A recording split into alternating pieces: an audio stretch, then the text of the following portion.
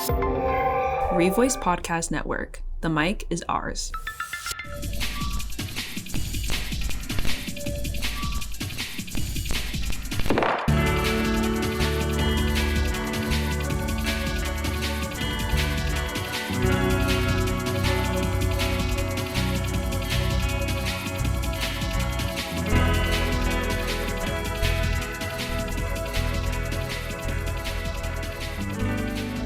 Welcome to Bad Attitude. It's season 4, episode 3, and we are here today with Kyler Sarkar. Happy to be here. Kyler is a multi-instrumentalist, performer, and producer. Kyler, what is your major? I am an interdisciplinary studies major with a concentration in music business. And what does that entail? So interdisciplinary studies is a program where you can kind of like build your own major. So it's like all these programs that the school might not have. For example, I wanted to come here for some contemporary music degree, but we don't have here at VCU any type of music production, any type of songwriting, any type of popular music. We kind of only have like classical and jazz, and that's it. And so I wanted to do something that was a little more focused on production, a little more focused on business. And so I took a business minor, a sound design minor, and a music minor, and combined those together into a music business major. Oh, that's really cool. In your social media videos, I saw that you do a lot of different like producing for other people as well as writing your own music. How would you say that has played a part in your life? Yeah, I mean, I love to work with other people and get like more connections that way, but also just like kind of help people create the art and like the dream that they want to make. And I just love to like help people's vision come to life. And so when I'll like find some artist and I'll hear them like doing their art, whether it's just in public or like even if I just am hanging out with somebody and I hear them like singing to themselves and I'm like, oh, what song is that? And they're like, oh, it's just something I wrote. You know, I'm like, oh, like that's like something that's so cool. And I feel like people just like downplay their talent so much.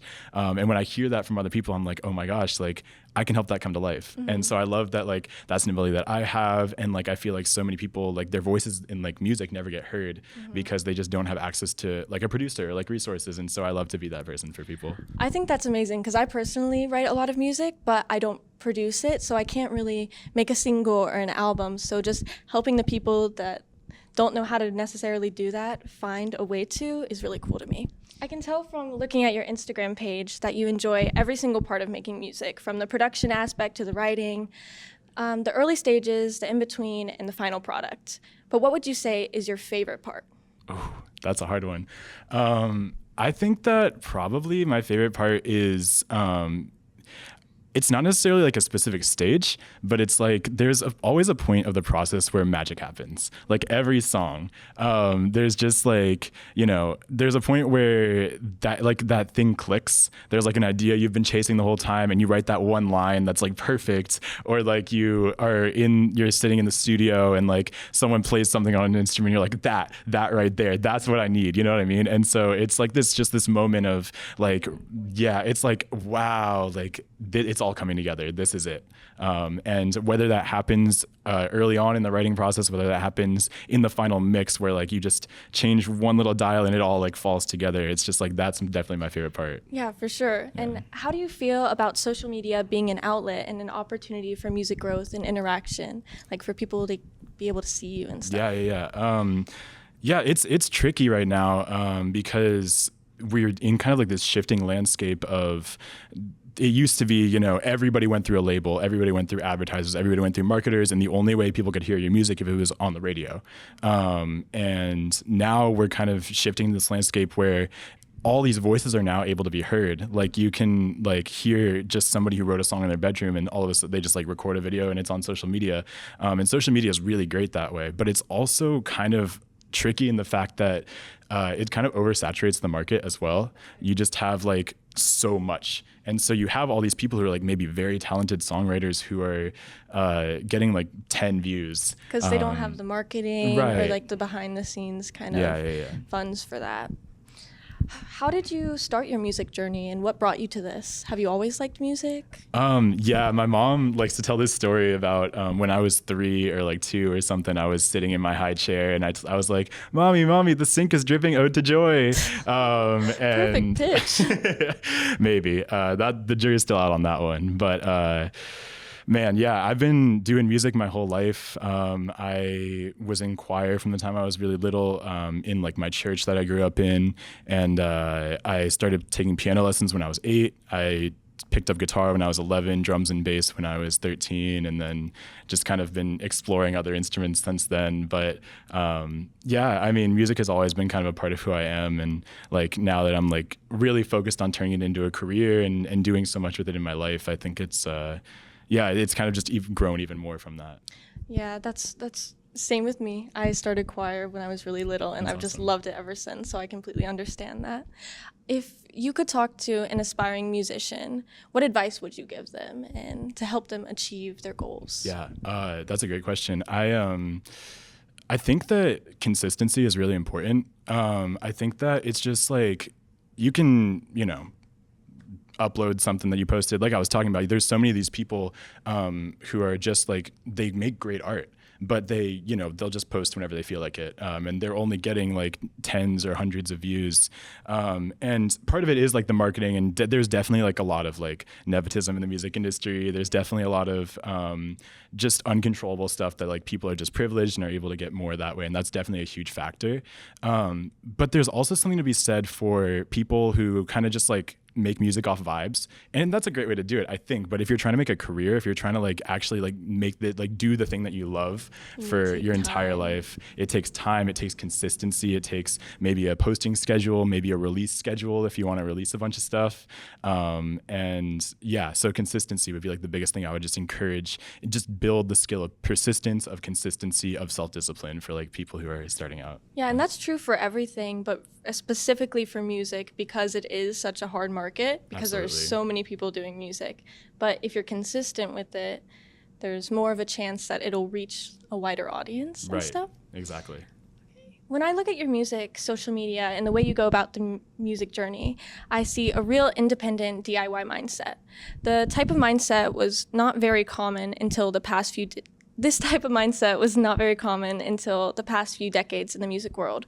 For a long time, it was just getting lucky with a record deal or getting recognized. But nowadays, as you've said, I feel that seeing an artist being DIY and independent is more impressive than a musician who just plays one thing. So I find it really cool that you don't just play one instrument, you play multiple, along with songwriting and producing. So it's like the whole package, and you're Right. learning to do it all yourself. Yeah, I appreciate that. What has been one of the most memorable live concert experiences you've been to, and how did it shape your way of making music, if it did? You're looking for like live concert that I've played or live concert that I've been to? Ooh, whatever. Which Okay. one would you rather? I'll do a little bit of both. So, as far as like a concert that I've played, I've done a few cool performances, but one that like stands out, and it's not necessarily like my favorite, but it's just something that I think is cool. It was like right after the pandemic, and I had just mentioned to a bunch of my friends like this crazy idea of like, hey, what if I did a concert on Twitch? What if I like streamed a concert to you guys?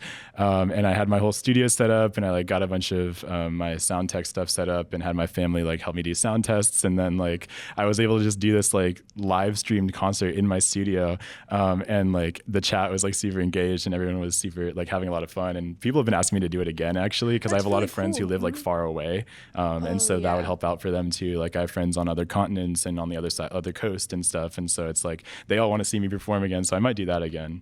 I would recommend. That seems really fun. I would watch it. That'd be great. That'd be awesome. With the music you've written, what is your favorite song that you would say you've written? Favorite song that I've written? Wow. Okay. I've written a few that I'm like okay with. I will speak to that a little bit. Is like I definitely struggle a lot with like writing something and loving it in the moment, and then I come back to it even like a couple days later, and I'm like, dang, I don't like this anymore. I understand that. It and just gets so- old, or you sung it too many times. Right. Yeah. And so I'm just like, I don't know if I can pick a favorite, because I'm at a point right now where I'm trying to write a lot of new stuff, because a lot of the stuff that I've written up to this point is like stuff that I don't feel like is necessarily true to who I am as an artist anymore. But all that being said, I did write this one song called Forever. and it was like a very like song of the summer pop vibe. And I was like, that's part of the reason why I don't like it, because I don't want to be mainstream pop, but I think it's a fun song. And everybody I show it to is like, wow, this is like so great. You got to release it.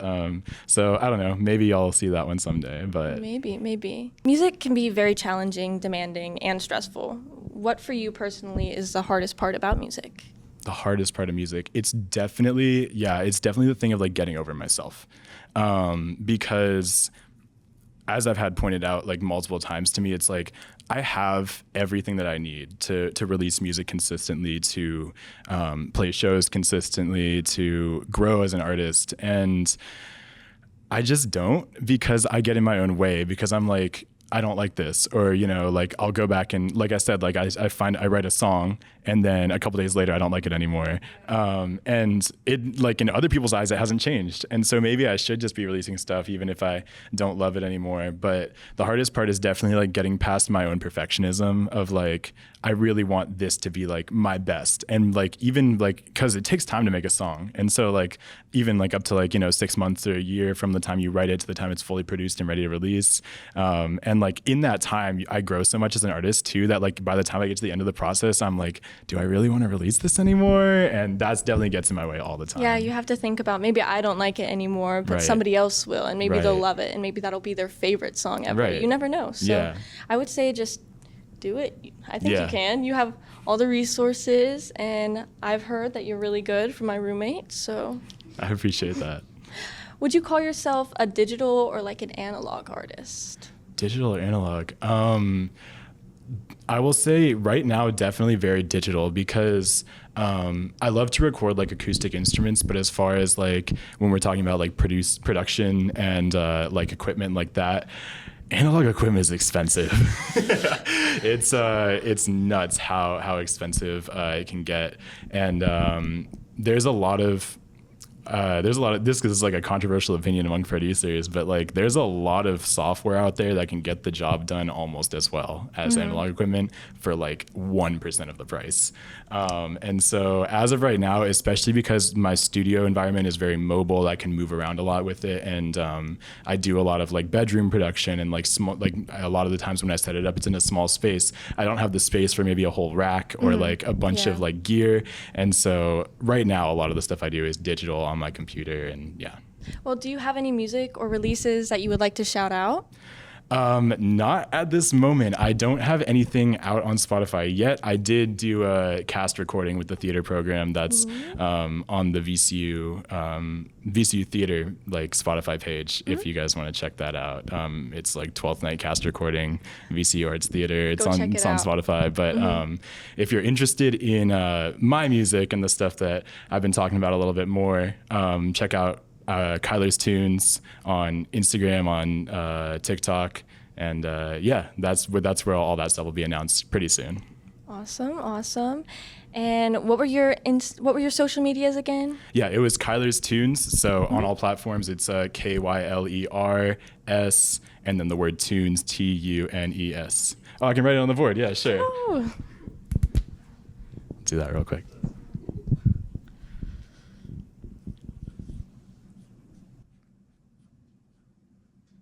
No one make fun of my handwriting.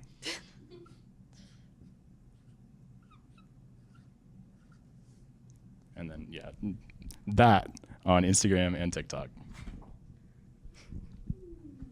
Thank you for joining us on Bad Attitude. It was a pleasure. And make sure you follow all his Instagram and TikToks. Absolutely. Thanks for watching Bad Attitude. I am Carley Mullins, host and producer. Brett Coleman is our sound editor and also a host and producer. Abby DeCandia is our producer and director of photography, and Aaliyah Sampson, who's producer and behind the scenes. Thank you. Thanks for having me.